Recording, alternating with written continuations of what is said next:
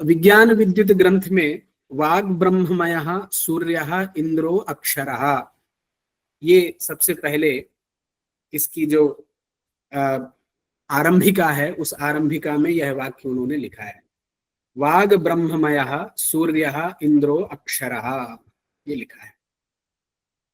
अब यहाँ पर सभी प्रथमांत पद हैं। वाग ब्रह्ममयः ये भी प्रथमांत है, सूर्यः ये भी प्रथमांत है, और इंद्रः ये भी प्रथमांत है, अक्षरः ये भी प्रथमांत है। तो व्याकरण शास्त्र की दृष्टि से यदि विचार करें तो उपस्थित प्रथमांत पदों में अभेदान्वय होता है। जैसा कि व्युत्पत्ति बात अगर पढ़ने वाले विद्वान यहाँ बहुत सारे बैठे होंगे, अभेदश्च प्रातिपदिकार्थे स्वसमान विभक्ति के न स्वाव्यवहित पूर्ववर्तिना इत्यादिकम तत्रोक्तम अस्ति। तो जहां पर समान विभक्तियां दिखाई देती है वहां पर अभेदान्वय हुआ करता है। इसका मतलब ये हुआ कि यहाँ पर वाग ब्रह्ममय अभिन्न सूर्य अभिन्न इंद्र अभिन्न अक्षरम, ऐसा इसका बोध होना चाहिए। माने जो वाग ब्रह्ममय है वही सूर्य है, जो वाग ब्रह्ममय सूर्य है वही इंद्र है, और जो वागमय ब्रह्ममय सूर्य इंद्र अस्ति सएव अक्षरः। इस प्रकार इस पंक्ति का अभिप्राय हमें लगाना चाहिए, क्योंकि प्रथमांत पद उपात्त है और इसके अतिरिक्त अर्थ करना यहाँ पर समुचित प्रतीत भी नहीं हो रहा है। वाग ब्रह्ममय, अब यहाँ पे वाग ब्रह्म सूर्य इंद्र अक्षर ऐसा भी कर सकते थे, लेकिन ग्रंथकार ने लिखा वाग ब्रह्ममय। तो व्याकरण शास्त्र में या मयट प्रत्यय का प्रयोग प्राचुर्य अर्थ में होता है सामान्यतः, तत्प्रकृत वचने मयट ऐसा प्रयोग होता है, लेकिन कहीं कहीं पर तादरूप्य में भी मयट देखा जाता है। जैसे चिन्मयम में टीकाकारों ने तादरूप्य मयट किया है। तो तादरूप्य में मयट कैसे कर सकते हैं? तो कहते हैं नित्यम वृद्ध सरादिभ्या सूत्र का योग विभाग करके और वहां पर चिन्ह एव मात्रम चिन्मयम इस प्रकार की वहां पर व्याख्या की गई है। लेकिन चित शब्द का यदि ज्ञान हम अर्थ करें तो ज्ञानस्य आधिक्यम ज्ञानस्य अल्पत्वम भवितुमर्हति, अतः ज्ञानस्य आधिक्ये प्राचुर्ये अपि मयट भवितुमर्हति। तथा फिर भी टीकाकारों ने वहां पर चिन्मयम, जब हम सिद्धांत कौमुदी पढ़ते हैं तो वहां पर चिन्मयम की व्युत्पत्ति चिन्ह एवं मात्रम चिन्मयम ऐसी व्युत्पत्ति की गई है और मयट तादरूप्य अर्थ में किया गया है। तो यहाँ पर भी हम तादरूप्य अर्थ में ही मयट करेंगे, क्योंकि वाग ब्रह्मण आधिक्यम इत्यादि वक्तुम तावत उचितम न प्रतिभाति, ऐसा उचित प्रतीत नहीं हो रहा है। इसलिए वाग ब्रह्ममय में तादरूप्ये वाग ब्रह्म एव इत्यर्थे वाग ब्रह्म मात्रम एव वाग ब्रह्ममय, जैसे चिन्ह मात्रम में मयट है उसी प्रकार से तादरूप्य में मयट करेंगे। इसलिए वाग ब्रह्ममय तदभिन्नः सूर्यः तदभिन्नः इंद्रः तदभिन्नः अक्षरः अक्षरम वा इति। इस ग्रंथ का अभिप्राय हमें समझ में आ रहा है, जो इस प्रकार से हमने उपस्थापित किया है। आगे चलते हैं। ग्रंथकार लिखते हैं अथ अन्ये पुनरन्यथा पश्यन्ति। पूर्व में कुछ प्रसंग आया है, उस प्रसंग के उपरांत अन्य केचित् विद्वांसाः अन्यथा पश्यन्ति इत्युक्ते प्रतिपादयन्ति, अन्यथा अन्य रूप से ही प्रतिपादन करते हैं।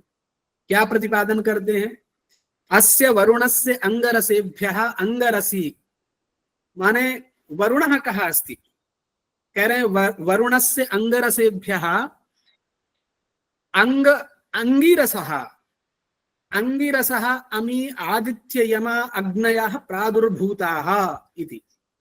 ग्रंथकार कहते हैं कि वरुण के अंग के रसों से, वरुण का जो अंग रस है उस अंग रस से अंगिरस माने ऋषि, कश्चिद ऋषि, उसकी उत्पत्ति हुई अंगिरस की। अंगिरसः ही आदित्य यम और अग्नि नाम से जाने गए, क्योंकि आगे वो अंगिरस ऋषि को कहेंगे इसी ग्रंथ में आगे। इदानीम अथ अन्ये पुनरन्यथा पश्यन्ति, पुनः अन्यथा केचित् पश्यन्ति। किं पश्यन्ति? अस्य वरुणस्य, वरुणः तावत् कश्यपात् अदिति नाम्न्यां पत्न्यां जातः एव वरुणः अस्ति इति तत्र बहुत्र उल्लेखः लभ्यते। कश्यपस्य पुत्रः भवति अयं वरुणः। वरुणः, वरुणस्य एव पुत्रः वाल्मीकिः भवति। इदानीं लोके चर्चा प्रचलन्ती विद्यते, वाल्मीकि कः, कस्य पुत्रः। तर्हि अस्मिन् प्रसंगे अस्माभिः वक्तुं शक्यते। इस प्रसंग में हम कह सकते हैं कि वरुण, जो वाल्मीकि हैं वो वरुण के पुत्र थे, क्योंकि कहीं मैं पढ़ रहा था वहां पर वरुणस्य द्वौ पुत्रौ भृगुः वाल्मीकिः इति लिखितमस्ति, भवन्तः अपि कोशादिषु द्रष्टुं शक्नुवन्ति। तर्हि उस वरुण के, जो वरुण जलाधिपति, वरुणस्य अंगरसेभ्यः अंगिरसः अमी आदित्य यम अग्नयाः प्रादुर्भूताः। आदित्य पदेन अत्र किं ग्राह्यम्? आदित्य तो देवताओं का भी नाम है। अमरकोश में देवताओं के नामों में आदित्य आया है, तो देव का नाम भी हो सकता है। और आदित्य गण भी है 12, और आदित्य सूर्य भी है। प्रकृत प्रसंग में आदित्य पदेन सूर्यः ग्राह्यः। एवं च आदित्य यम अग्नयाः प्रादुर्भूताः। कुतः प्रादुर्भूताः? तर्हि वरुणस्य अंगरसेभ्यः एते प्रादुर्भूताः। इत्यतः, अतः, एतस्मादेव कारणात् आदित्यः वरुणं परितः परिक्रामति। इसीलिए वरुण के चारों तरफ आदित्यः सूर्यः सर्वदा भ्रमति इति वदति।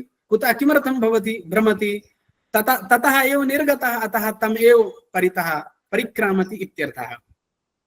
किं प्रमाणं तत्र परिक्रामति इति चेत् तत्र किं प्रमाणं, किमर्थम् एवम् उच्यते? तर्हि भगवते श्रुतिः तत्र प्रमाणम् अस्ति। क्या, किसने कहा? तो कहते हैं भगवान देवरातः वैश्वामित्रः, विश्वामित्रस्य अपत्यम वैश्वामित्रः इति। विश्वामित्र के अपत्य का नाम क्या है? देवरातः। भगवान देवरातः विश्वामित्रः, वैश्वामित्रः किं कथयति? उरुम हि राजा वरुणश्चकार सूर्याय पंथा मन्वेतवा उ अपदे पादा प्रतिघातवे कुरुता अपवक्ता हृदया विधिश्चित। ऋग्वेदस्य अयं मंत्रः अस्ति। तर्हि अत्र अस्मिन् मंत्रे प्रथम जो इसका पूर्वार्ध अंश है उसमें कहते हैं, इसका अन्वय इस प्रकार कर सकते हैं कि राजा वरुणः उरुम, उरु शब्दस्य अर्थः विशालः इत्यर्थः। तर्हि एतस्य उरुपदस्य अन्वयस्तु, अन्वय जो है वो पंथ में करना है, विशाल मार्ग। तो वरुणः, राजा वरुणः सूर्याय उरुम पंथाः चकार, ऐसा इस भगवती श्रुति का अर्थ कर सकते हैं। इसे निष्कर्ष यही निकला कि वरुण से प्रादुर्भूत हुआ इंद्र उन्हीं के चारों तरफ घूमता है। क्यों घूमता है? क्योंकि यह उनके लिए, माने आदित्य के लिए वरुण ने ही मार्ग बनाया है, इसलिए उसी मार्ग में वो भ्रमण करते हैं, परिक्रमा करते हैं। इति एतस्य ग्रंथस्य अभिप्रायं वयम् अवगच्छामः। सा यथा अयं प्राणमयः स्वयंभू ब्रह्मा आपोमया परमेष्ठिः। अत्र आपोमयः इत्यादिषु स्थलेषु प्राचुर्ये मयट् कर्तुं शक्यते। प्राणमयः, प्राणानां बाहुल्यम् इति वक्तुं न शक्यते तावत्, यतोहि प्राणस्तु एक एव इति। यदि अनन्ताः प्राणः तर्हि तत्रापि बाहुल्येन प्राचुर्ये मयट् वक्तुं शक्यते। वहां पर भी प्राचुर्य में कह सकते हैं। प्राणमयः स्वयंभू ब्रह्मा, प्राणमयः कः अस्ति? स्वयंभू ब्रह्मा। पुनः आपोमयः परमेष्ठी विष्णु, अभी तक परमेष्ठी विष्णु की चर्चा की गई है, तो यहाँ पर भी परमेष्ठी पदेन विष्णु एव। लेकिन आचार्य जी ने इसके पहले कहा था कि परमेष्ठी शब्द ब्रह्मा के लिए भी विश्वसृग भ्राता परमेष्ठी पितामह, वो अमरकोश में ऐसा वर्णन किया गया है कि परमेष्ठी पितामह ब्रह्मा के लिए प्रयोग है। लेकिन जो आचार्य जी ने एक व्युत्पत्ति ये भी बतलाई कि परमे व्योमनि चिदाकाशे तिष्ठति इत्यर्थे परमेष्ठी भवति, तो वो किसी का भी विशेषण इस प्रकार से हो सकता है। प्रकृत प्रसंग में परमेष्ठी विष्णु तदवद एव अयम, तदवद एव अयम नाम उसी प्रकार से परमेष्ठी की तरह और ब्रह्मा की तरह, जो प्राणमय ब्रह्म है उसकी तरह और आपोमय परमेष्ठी जो विष्णु है उसकी तरह वाङ्मयः सूर्यः इंद्रः प्रतिपत्तव्यः इति। देखिए हेडिंग में उन्होंने लिखा था ना सूर्यः इंद्रः, तो पहले जब हम लोग सुनते हैं तो सूर्य भिन्न इंद्रः कथम भवितुम अर्हति, सूर्य भिन्न है इंद्र भिन्न है, ऐसा हमारा पूर्व का ज्ञान था। लेकिन यहाँ पर सूर्य और ब्रह्म में अभेद का प्रतिपादन किया गया है और उसके व्याख्या करते हुए आगे कहते हैं कि तदवद एव अयम सूर्यः वाङ्मयः, वाङ्मयः पूर्वमेव उक्तम् अस्ति, वाग् ब्रह्ममयः सूर्यः, तर्हि वाङ्मयः सूर्यः इन्द्रः प्रतिपत्तव्यः, सूर्यः यः अस्ति सः इन्द्रः प्रतिपत्तव्यः, प्रतिपत्तीनां निश्चयः, व्याख्यानतो विशेष प्रतिपत्तिः, तत्र परिभाषायां प्रतिपत्तिः नाम निश्चयः, तर्हि प्रतिपत्तव्यं निश्चेतव्यम् इत्यर्थः। कथं किं निश्चेतव्यं, तो कहते हैं सूर्यः इंद्रः प्रतिपत्तव्यः, सूर्यः एव इंद्रः, सूर्य भिन्ना इंद्रः प्रतिपत्तव्यं निश्चेतव्यं। स एष सूर्योऽपि स्वयंभू परमेष्ठिवत् त्रिधातुर्भवति। त्रिधातु पदेन अत्र किं ग्राह्यं, दृष्टांत दे रहे हैं कि जिस प्रकार से परमेष्ठी त्रिधातु है, जिस प्रकार से प्राणमय ब्रह्म त्रिधातु है, उसी प्रकार से यह सूर्य भी त्रिधातुर्भवति। अब वो परमेष्ठी विष्णु की कौन सी तीन धातुएं हैं और ब्रह्मा की कौन सी तीन धातुएं हैं उनका तो उल्लेख यहाँ पर नहीं है, लेकिन त्रिधातु शब्द की व्युत्पत्ति भिन्न भिन्न प्रकार से की जा सकती है। कहीं पर मैं पढ़ रहा था तो त्रिधातु शब्द की व्युत्पत्ति लिखे त्रीन धर्म अर्थ कामान धारयति इति त्रिधातु, इस प्रकार की व्युत्पत्ति भी कहीं पर देखी गई है। लेकिन ऐसी व्युत्पत्ति यहाँ पर मुझे लगता है कि नहीं है, कुछ भिन्न प्रकार की पारिभाषिक ही यहाँ पर त्रिधातु पद से व्युत्पत्ति लेनी होगी, क्योंकि आगे चल करके जो इनके तीन धातु गिनाएंगे सूर्य के, वो कहेंगे कि ज्योति है और गौ है और आयु, ये तीन धातुएं सूर्य की आगे गिनाने वाले हैं। तो इस प्रकार से जो अभी त्रिधातु की हमने व्युत्पत्ति की, उस व्युत्पत्ति से विरोध यहाँ पर परिलक्षित होता है, इसलिए उनकी त्रिधातुएं भिन्न होंगी और इनकी त्रिधातुएं भिन्न। बस सादृश्य इतने ही अर्थ में है कि जिस प्रकार से स्वयंभू परमेष्ठिनः धातुत्रयं भवति तद्वद एव, उसी प्रकार से इस सूर्य की भी त्रिधातु होती है। कौन कौन सी, तो कहते हैं ज्योति, गौ, आयु इत्येते त्रयः सूर्यस्य धातवः। अत्र सूर्य की ये तीन धातुएं हैं, इससे अभिप्राय क्या निकालें, धातु पदेन शक्तिरिति वक्तव्यं वा, यदि धातु पदेन यहाँ पर शक्ति कहेंगे तो कहीं तक इसकी संगति बिठा सकते हैं, क्योंकि सूर्य ज्योति, सूर्यात निर्गताः जो किरण विशेषाः, तो गौ पद से हम यहाँ पर पृथ्वी को ले, है ना, क्योंकि पृथ्वी को भी गौ कहते हैं, इंद्रिय को भी गौ कहते हैं और गौ को भी गौ कहते हैं। तो प्रकृति स्थल में यदि हम गौ पद से पृथ्वी को लें तो सूर्यात निर्गतानि किरणानि यदा भूमौ पतन्ति तदानीमेव अस्माकं जीवनं चलति, माने सर्वाण्यपि अन्नानि तदा एव उत्पन्नानि भवन्ति यदा सूर्यरश्मयः पतन्ति, यावत् पर्यन्तं न पत्स्यन्ति तावत् पर्यन्तम् अन्नोत्पत्तिर्भवितुं न अर्हति। एवं रूपेण मया अत्र विचार्यते, अन्यापि अत्र दूसरी भी यहाँ पर व्याख्या हो सकती है। मेरे मत से तो यहाँ पर यही समझ में आ रही है कि ये जो तीन धातुएं, तीन शक्तियां सूर्य की हैं, वो इसी प्रकार से हो सकती है कि वो ज्योति भूमि में पड़ती है और भूमि में पड़ने के कारण जो अन्न पैदा होता है उसी से हमारी सबकी आयु बढ़ती है या जीवन चलता है। इस प्रकार से ये तीन शक्तियां या तीन धातु सूर्यस्य अस्ति। और भी व्याख्या कुछ होगी तो वो भी श्रोतव्य और मंतव्य होगी, क्योंकि मुंडे मुंडे मतिर भिन्ना भिन्नापि व्याख्यात्र भवितुम् अर्हति, मम मति यत्र गच्छति तद्रीत्यात्र विचारितमस्ति। एषः सूर्यः प्रथमा द्यौ परमेष्ठी द्वितीया स्वयंभूस्तृतीया इति इदानीम उच्यते। अब यहाँ पर तीन लोकों की बात शुरू कर रहे हैं कि जो सूर्य लोक है, एषः सूर्यः प्रथमा द्यौ, द्यौपदेन आकाशः इत्यपि उच्यते और द्यौपदेन स्वर्गः इत्यपि उच्यते। स्वरव्ययम् इत्यादि जो अमरकोश की प्रथम कारिका आरंभ होती है, उसी में द्यौ दिवौ द्वे स्त्रियां त्रिविष्टम करके जो पंक्ति आई है, वहां पर द्यौपदेन तो स्वर्गः उच्यते, किंतु आकाश के अर्थ में भी द्यौ का प्रयोग है। तो यहाँ पर स्वर्गलोकः इति यदि स्वीकुर्मश्चेत् न मन्येऽहं काचिद् विप्रतिपत्तिः स्यात्।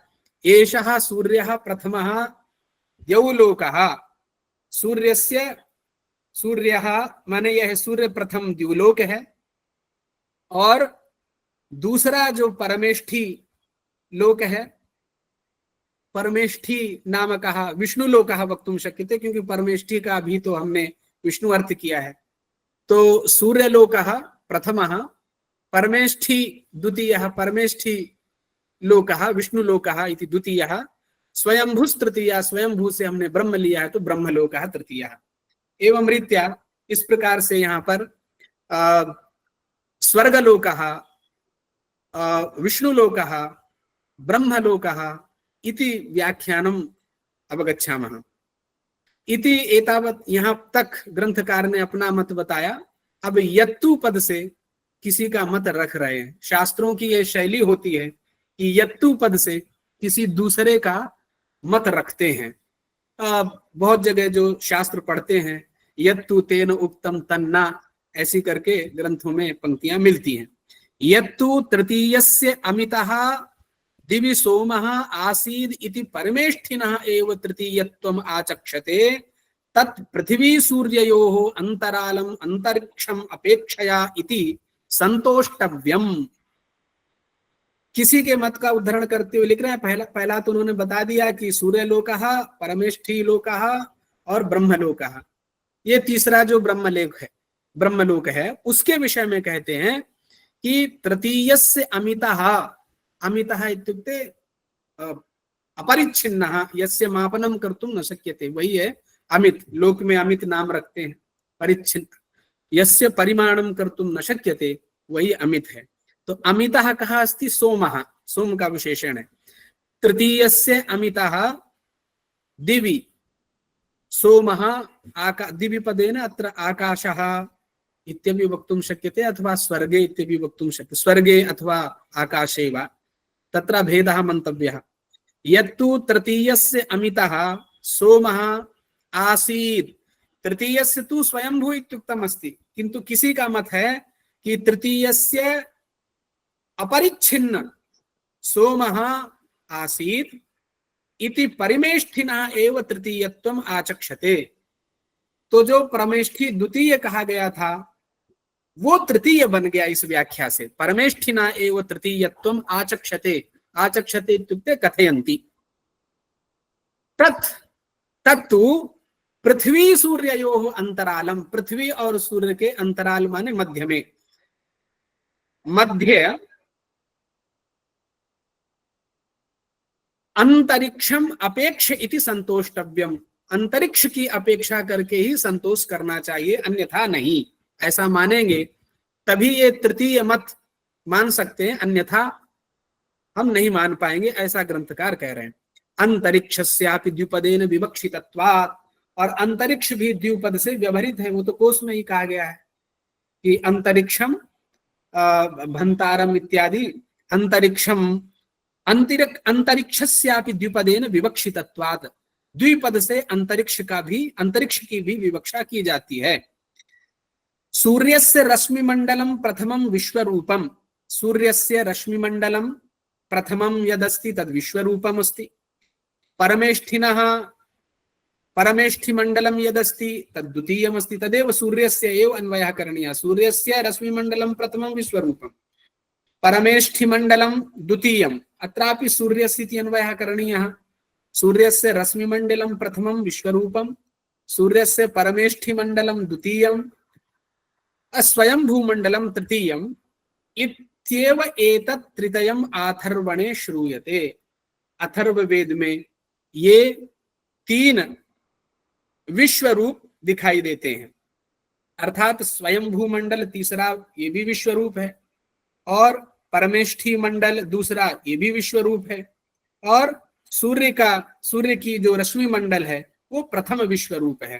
तो विश्व रूप से अभिप्राय यहाँ पर विश्वस्वरूपम विश्वरूपम, विश्व एव रूपम विश्वरूपम, सर्वस्मिन् रूपम विश्वरूपम इति त्रिधा व्युत्पत्ति अत्र वक्तुम शक्यते। और विश्व भगवान विष्णु का भी पर्याय पद है। आगे हम देखते हैं कि विश्व रूप से क्या कह रहे हैं। विश्व रूप प्रजापति कुछ ऐसे आने वाला है। तरी कह रहे हैं कि सूर्य से रश्मि मंडलम प्रथमम विश्व रूपम। अब इस विश्व रूप के बारे में जो उन्होंने तीन विश्व रूप कहे उसका प्रमाण श्रुति से दे रहे हैं। यत् परमम अवमम दश्च मध्यम प्रजापति ससृजे विश्वरूपम कियतास्कंभा प्रविवेश तत्र यन्न प्राविशत कियत्तद् बभूव। यत् परमम अवमम, परमम माने उत्तमम। अत्र तीन विश्व रूप कहे हैं, उन तीनों विश्व रूपों में इस श्रुति से किसी को उत्तम, किसी को मध्यम, किसी को अधम ये कहना चाह रहे हैं। तो परमम नाम उत्तमम, अवमम नाम अधमम अधमम, और मध्यमम नाम सामान्यम मध्यमम। तरी परमम अवमम मध्यमम इति त्रिधा अत्र, ये विश्वरूप के तीन कोटियां हो गई। जो विश्वरूप अभी हमने जाना, सूर्य के रश्मि मंडल का एक विश्वरूप, परमेष्ठी मंडल का एक विश्वरूप, तो वो जो विश्वरूप तीन हैं वो तीनों विश्वरूपों में एक परमम है, एक अवमम है और एक मध्यमम है। ये किसने बनाया? प्रजापति ससृजे विश्वरूपम। तो प्रजापति ने इस विश्व रूप को बनाया है। प्रजापति माना ब्रह्मा एवं प्रजापति ससृजे, लिट का प्रयोग है, ससृजे विश्वरूपम। कथम भूतम विश्वरूपम ससृजे, यह विश्वरूप कैसा है? तो मध्यमम परमम अवमम। अब कौन परम है कौन मध्यम है उसको क्रम से हमको लगता है कहना चाहिए। जैसे पूर्व में सूर्य वाला जो पहले गिनाया है तो उसमें हमें परमम का अन्वय करना होगा, और परमेष्ठी मंडल जो है द्वितीयम उसमें अवमम का अन्वय करेंगे और मध्यमम का अन्वय करेंगे, क्योंकि अन्वय प्रकार तो प्रतीत नहीं हो रहा है कि कैसे किसमें अन्वय करें, कौन मध्यम है। या हो सकता है आगे ग्रंथकार कहें। तभी इस मंत्र का यत् परमम अवमम दश्च मध्यमम प्रजापति ससृजे विश्वरूपम कियता स्कंभा, स्कंभ शब्द का अर्थ है अंश। कियता अंशः प्रविवेश तत्र, उनमें कितना अंश प्रविष्ट हुआ, जो ये तीन विश्वरूप बताए। यन्न प्राविशत कियत्तद् बभूव, और उसमें जो अंश नहीं प्रविष्ट हुआ वो कितना है। इस प्रकार का कह करके ग्रंथकार आगे बढ़ते हैं।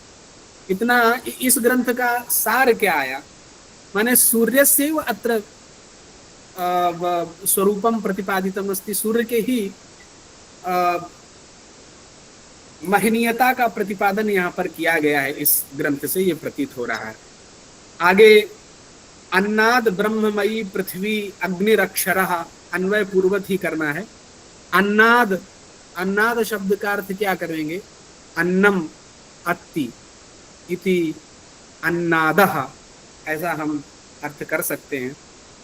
माने अन्न को खाने वाला या खिलाने वाला, दोनों प्रकार की व्युत्पत्ति करेंगे तो अन्नादः माने अन्नम अत्ति इति अन्नादः अथवा आदयति इति अन्नादः। तो पृथ्वी कैसी है? वो अन्नाद ही है, इसलिए उसका विशेषण ऐसा बनाया गया है। अन्नाद ब्रह्ममयी पृथ्वी अग्निरक्षरः, यहाँ पर भी अभेद ही है। अब ऐसा अभेद क्यों करते हैं? क्योंकि देवताओं में अभेद ही है, नाम उनके अलग अलग हैं, ऐसा मुझे समझ में आ रहा है। और लोक में तो सब भेद प्रतीत होता है, लेकिन यहाँ इस ग्रंथ में जब हम पढ़ रहे हैं तो प्रथम बार जब पढ़ते हैं तो क्यों ऐसा लिखा है, तो वो आचार्याणाम तावत् बुद्धि तथा विलक्षणा अस्ति तै सर्वत्र ऐक्यं प्रतिपादितम् अस्ति।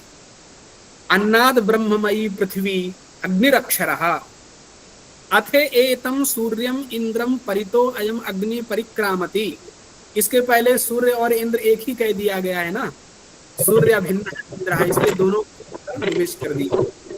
एतम सूर्यम भी कह सकते हैं अथवा एतम इंद्रम भी कह सकते हैं, इसलिए एतम सूर्यम इंद्रम परिता अयम अग्नि परिक्रामति। उस सूर्य के चारों तरफ यह अग्नि परिक्रमा लगाती है। सो अंगिरा रूपः, इसके पहले भी कहा था वरुणस्य अंगरसेभ्या अंगिरसा अमी आदित्य यमा अग्नया प्रादुर्भूता, वहां पे अंगिरसा आए थे। सा अंगिरसः अंगिरा रूपः, वह जो है अंगिरा रूप है। कौन, माने यह जो अग्नि है वो अंगिरा रूप है। प्रमाण दे रहे हैं, त्वम अग्ने अंगिरा प्रथम ऋषि इति श्रुतेः, श्रुति श्रुतेः मिसप्रिंट है, चलिए कोई।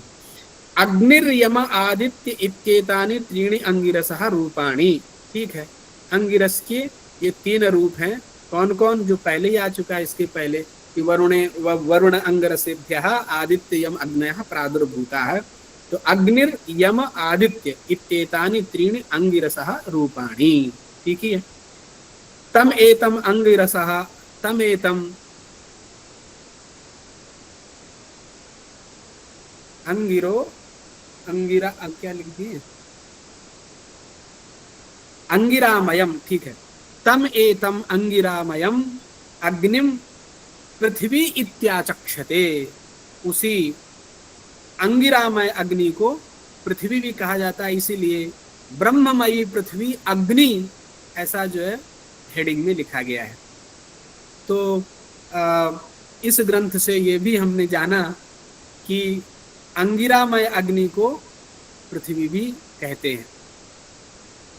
अन्न ब्रह्ममयश्चंद्रमा सोमोक्षरः तम एताम अग्निरूपाम पृथ्वीम सोमः परितः परिक्रामति। उसके पहले लिखा था कि सूर्यम परितः अग्नि परिक्रामति, अब कह रहे हैं अग्नि पृथ्वी रूप है, तो अब उस पृथ्वी के चारों तरफ सोम परिक्रमा करता है। क्यों, यह सोम भी अन्न ब्रह्ममय है, सोम भी अन्न ब्रह्ममय है, क्योंकि चंद्र भी आवश्यक है अन्न के लिए, इसलिए अन्न ब्रह्ममया चंद्रमा सोमः अक्षरः ताम एताम अग्निरूपाम पृथ्वीम, उस अग्निरूप पृथ्वी को सोमः परितः परिक्रामति तम चंद्रमा इत्याचक्षते, जो पृथ्वी के चारों तरफ चंद्र परिक्रमा लगाता है उसी सोम को हम चंद्रमा कहते, तम चंद्रमा इत्याचक्षते इति वदन्ति। श्रुति प्रमाण दे रहे हैं, एष वै सोमो राजा देवानाम अन्नम यं चंद्रमा, एष वै सोमः राजः, यह जो सोमराज है वो देवताओं का अन्न है, जिसे चंद्रमा कहा जाता है। यह इति इदानीम सप्तलोक विभागः, यहाँ पर हमें भी संदेह है कि ग्रंथकार ने हेडिंग तो डाल दी सप्तलोक विभागः, 7 लोगों का लोक का विभाग कर रहे हैं, लेकिन व्याख्या जब हम इसकी नीचे पढ़ते हैं तो सप्तलोक जो प्रसिद्धि है कि भू के नीचे 7 लोक हैं और ऊपर 7 लोक हैं, वैसी व्याख्या यहाँ पर बिल्कुल मिल नहीं रही है। फिर भी ग्रंथकार क्या यहाँ कह रहे हैं, उस भाव को क्या कैसे लगाना है, इसे और भी हमें परिश्रम करने की आवश्यकता है। तथापि भूलोकः भूर्लोकः स्वरलोकः महर्लोकः जनलोकः तपोलोकः सत्यलोकः, ये लोक तो सप्तलोक हैं, लेकिन यहाँ पर सप्तलोक इस प्रकार की चर्चा नहीं है। फिर भी क्या कहते हैं ग्रंथकार, देखते हैं। सप्तलोक विभागा तदित्थम, अब कह रहे हैं कि वह जो सप्तलोक है वो उसका विभाग कैसे है, तो तदित्थम एतेन प्रकारेण परो रजसम अव्ययम आश्रित्य, परोरज रूप अव्यय, अव्यय माने जिसका नाश ना हो, ऐसा परोरज जिसका कभी नाश ना हो, तादृशं परोरजम् अव्ययम् आश्रित्य ब्रह्मा विष्णुः इंद्रः अग्निः सोमः इत्येते पंचाक्षर पुरुषाः, इनको पंचाक्षर पुरुष कह रहे हैं। कौन कौन? ब्रह्मा विष्णु इंद्रः अग्नि सोमः, जिनका अभी तक ये पंचाक्षर पुरुष है।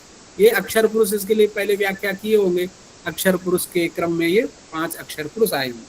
एते पंचाक्षर पुरुषाः किं कुर्वन्ति तर्हि कथयति सर्वं क्षर सृष्टि चक्रम संचालयन्ति।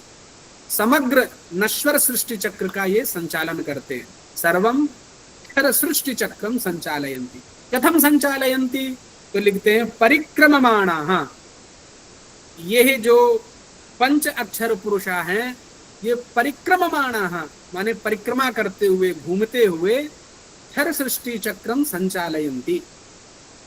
और क्या करके संचालन करते हैं? तो कहते हैं उत्तरोत्तरम परिक्रामंतम। अब ये जो 5 अक्षर पुरुष हैं, इन 5 अक्षर के उत्तर उत्तर में कोई घूम रहे होंगे। अब कौन घूम रहे होंगे उसके ऊपर विवेचन करने की आवश्यकता है।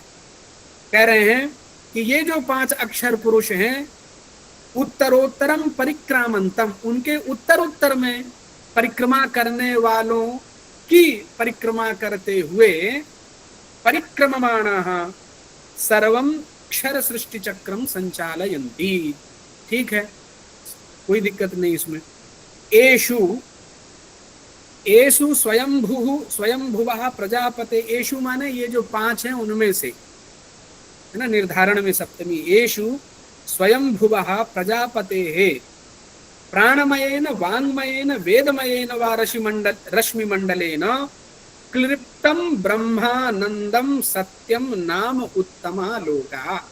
अब वो कोई 7 लोग जो हैं, तो मुझे लगता है जो अंतिम में सप्त लोग हमने अभी गिनाया, भूरलोक, भूलोक, भूवरलोक, स्वरलोक, महरलोक, जनलोक, तपोलोक, सत्यलोक जो लास्ट में है, वो उसके प्रति ग्रंथकार जा रहे हैं। वही सबसे उत्तम और श्रेष्ठ है ना।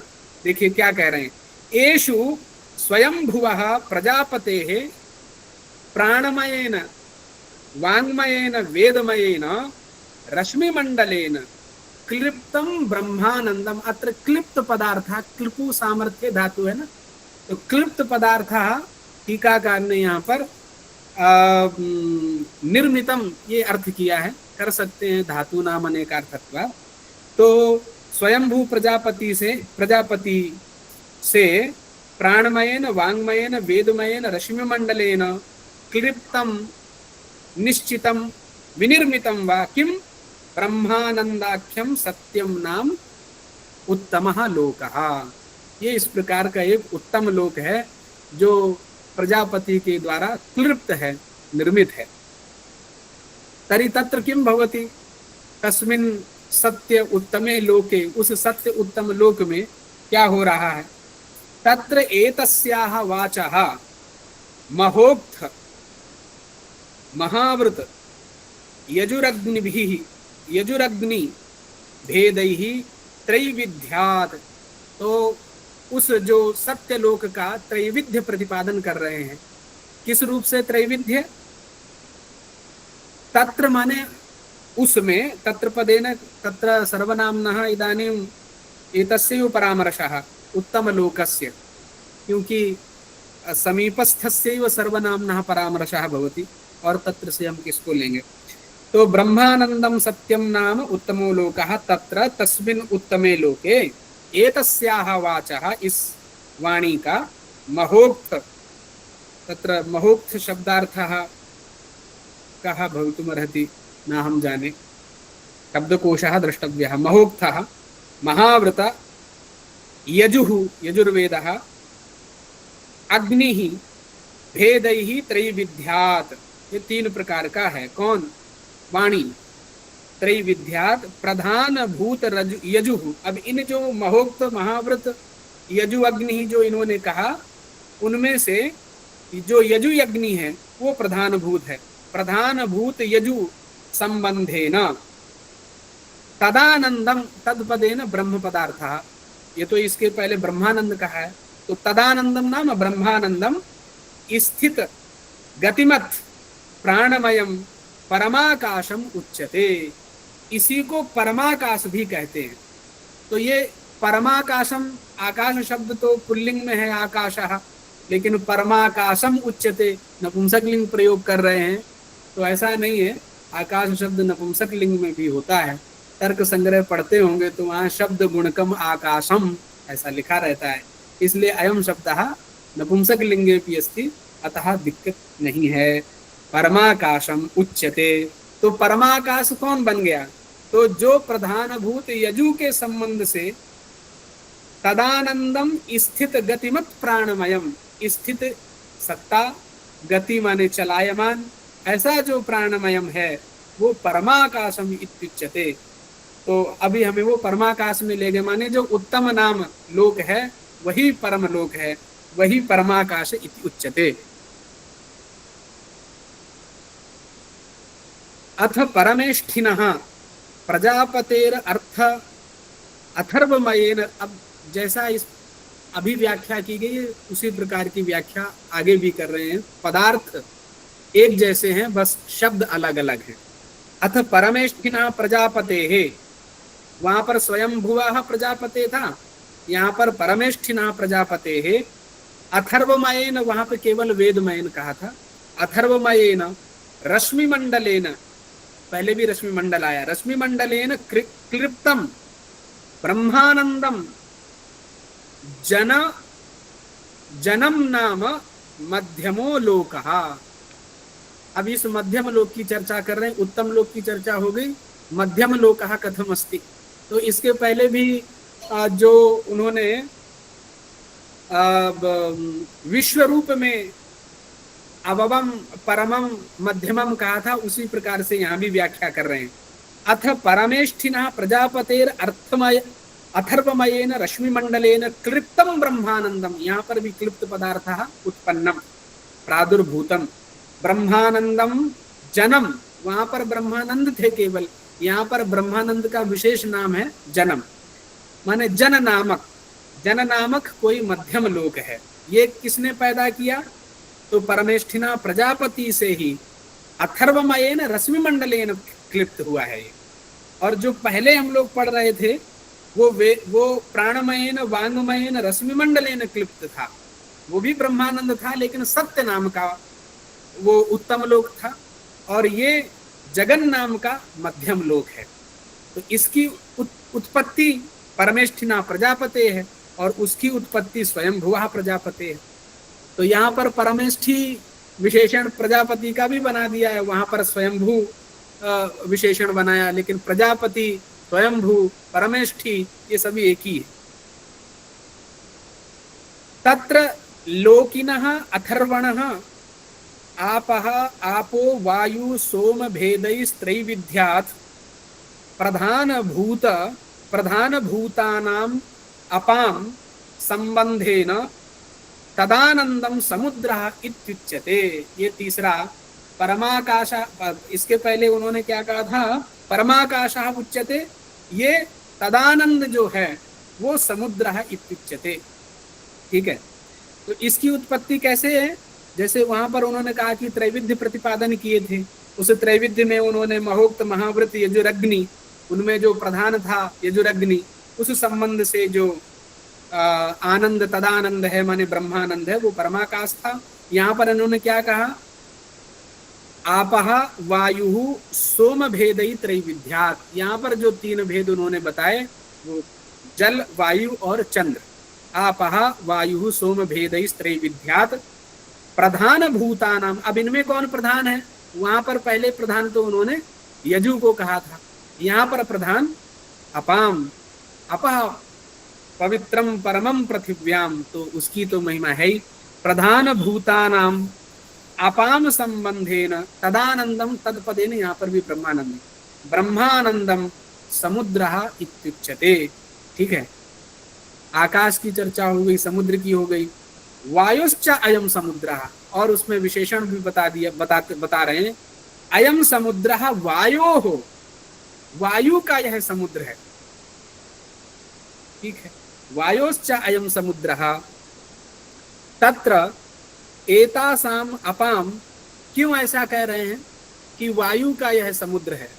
क्योंकि तत्र तस्मिन् समुद्रे एतासाम अपाम, अप शब्द जो है नित्य बहुवचनांत है, इसलिए अपाम का प्रयोग कर रहे हैं। ठीक है, तत्र एतासाम अपाम वायु रूपेण संचारितत्वात्, ये हेतु में पंचमी है, माने वायु रूपेण तत्र अपाम संचारितत्वात् वायोः अयं समुद्रः इत्युक्तमस्ति। तस्य यावति प्रदेशे अयं सूर्य प्रकाशः, तस्य यावति प्रदेशे, जितने प्रदेश में अयं सूर्य प्रकाशः प्रविष्टः विभ्राजते प्रकाशते, स वेनः नाम इत्युच्यते, उसी को वेनः नाम की संज्ञा उसको दी गई है। वेनः, ये पारिभाषिक शब्द हैं, इनको हमें तो याद ही करना पड़ेगा और कोई उपाय नहीं है। वेनः नाम इति उच्यते।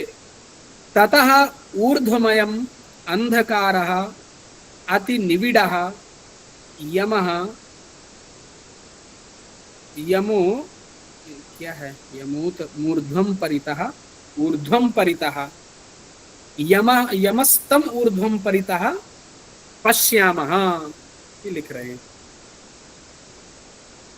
यहाँ का कुछ पाठ हमारे इस ग्रंथ में कट गया है, ऐसा लग रहा है।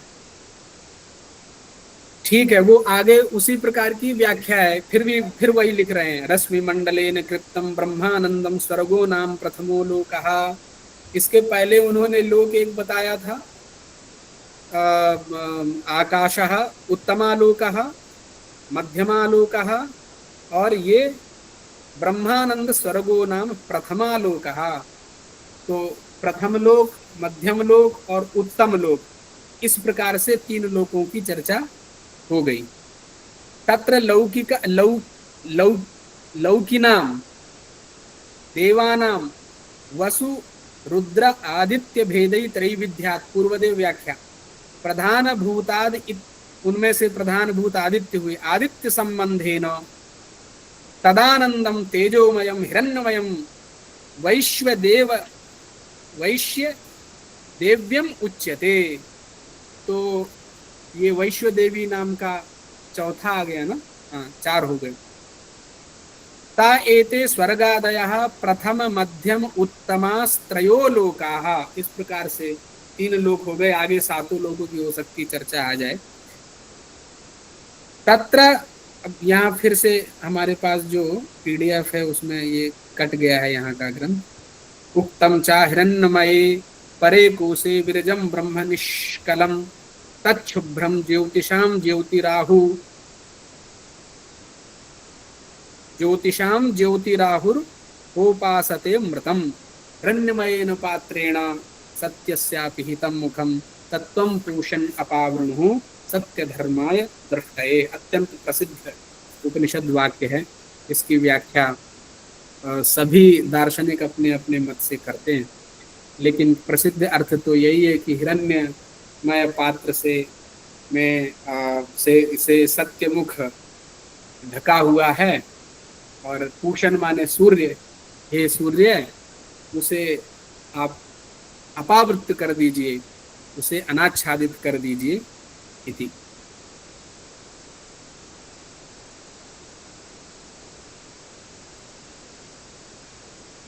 अपि च प्रतिलोकम पुनस्त्रैविध्यात् त्रैधा त्रैलोक्यम संपद्यते। अपि च प्रतिलोकम पुनस्त्रैविध्यात्, जो अब तक कहे थे 4 कह दिए गए थे, अब उनको 3 में उनके 2-2 भेद कर देंगे तो 4 3 7 हो जाएंगे, ऐसा मुझे समझ में आ रहा है। अपि च प्रतिलोकम पुनस्त्रैविध्यात् त्रेधा त्रैलोक्यम संपद्यते। तावत्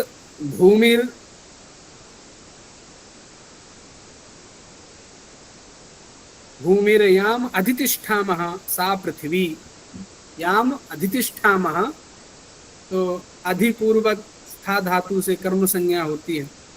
भूमिम याम अधितिष्ठामा सा पृथ्वी, सूर्यो द्यौ उभयी सैषा द्यावा पृथ्वी, मध्यमेन आंतरिक्षेण प्रथमा त्रिलोकी संपद्यते सा रोदसी नामा।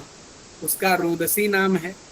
एवं असौ सूर्यः पृथिवी परमेष्ठी द्यौ उभयी चैषा द्यावा पृथिवी मध्यमेन आंतरिक्षेण द्वितीया त्रिलोकी संबध्यते, सा क्रांदसी नाम, उसका क्रांदसी नाम है।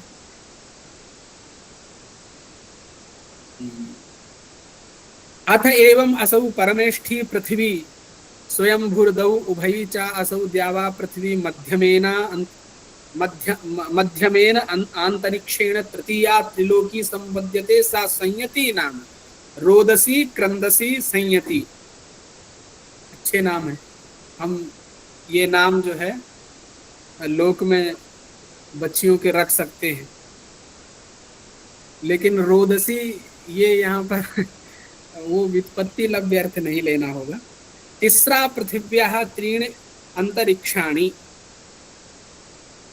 तिस्रः पृथिव्याः सन्ति त्रीणि अंतरिक्षाणि कानिचानि तिस्रो द्यावाः इत्याह। भगवान् वसिष्ठः मध्यमस्य परमेष्ठिना वरुणस्य दिवः, मध्यमस्य परमेष्ठिनो वरुणस्य दिवः स्तुतौ। कुत्र स्तुति अस्ति तत् क्रमेण इदानीं स्तुति मंत्राणाम् आगच्छति। एतेषां मंत्राणां व्याख्यानम् अपेक्षितम् अस्ति, यतोहि मंत्राणां व्याख्यानं तु तावत् सायण भाष्येणैव अस्माभिः करणीया भवति। एवं तावत् सामान्येन मंत्राणां व्याख्यानं तु उपयोगाय न भवति। निरुक्तस्य उपयोगः करणीयः भवति। नो चेत् सामान्य रूपेण तु एतस्य व्याख्यानं टीकायां कृतमेव अस्ति, किन्तु विशेष व्याख्यानं तु निरुक्त साहाय्येन एवं च सायण भाष्येण महीधर भाष्येण एव अत्र मंत्राणां व्याख्यानं करणीयं भवति। एवं रीत्या तावत् किं वक्तव्यं, क्या कहना है, क्योंकि वेद मंत्रों में ऐसे मुझे लगता नहीं करना चाहिए। मैं उसके आगे बढ़ सकता हूँ।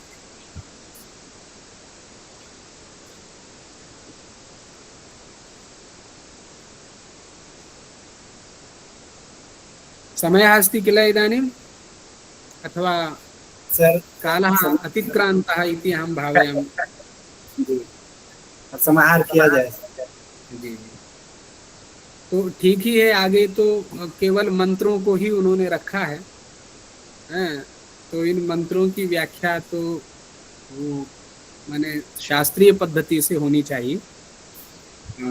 तो इतना ही मैं कहना चाहूँगा कि हमें जो ये मिला यथामति, मैंने 2-4 दिनों तक इसको देखा, उसके बाद में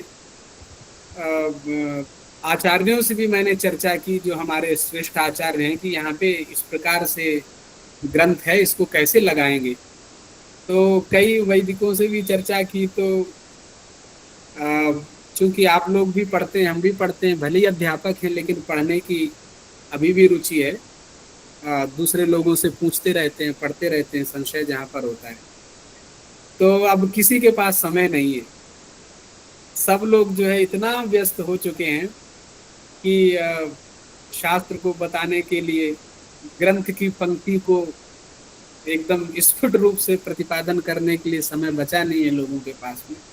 तो जिन आचार्यों से कुछ पूछा, समयाभावः अनंतरम किंचित पश्यामः, ये ऐसे करके जो है टालते गए। फिर मैं ही कुछ परिश्रम करके इसको ग्रंथ की पंक्तियों के लगाया। लेकिन ये तो वेदोद्धृत ये सारे वचन हैं, जो आचार्य ही मधुसूदन ओझा महाभागे ही उल्लिखिता है। हमें इसमें बहुत यत्न करने की जरूरत है कि उनका हृदय क्या है, क्योंकि अनुवाद करना तात्पर्य नहीं है।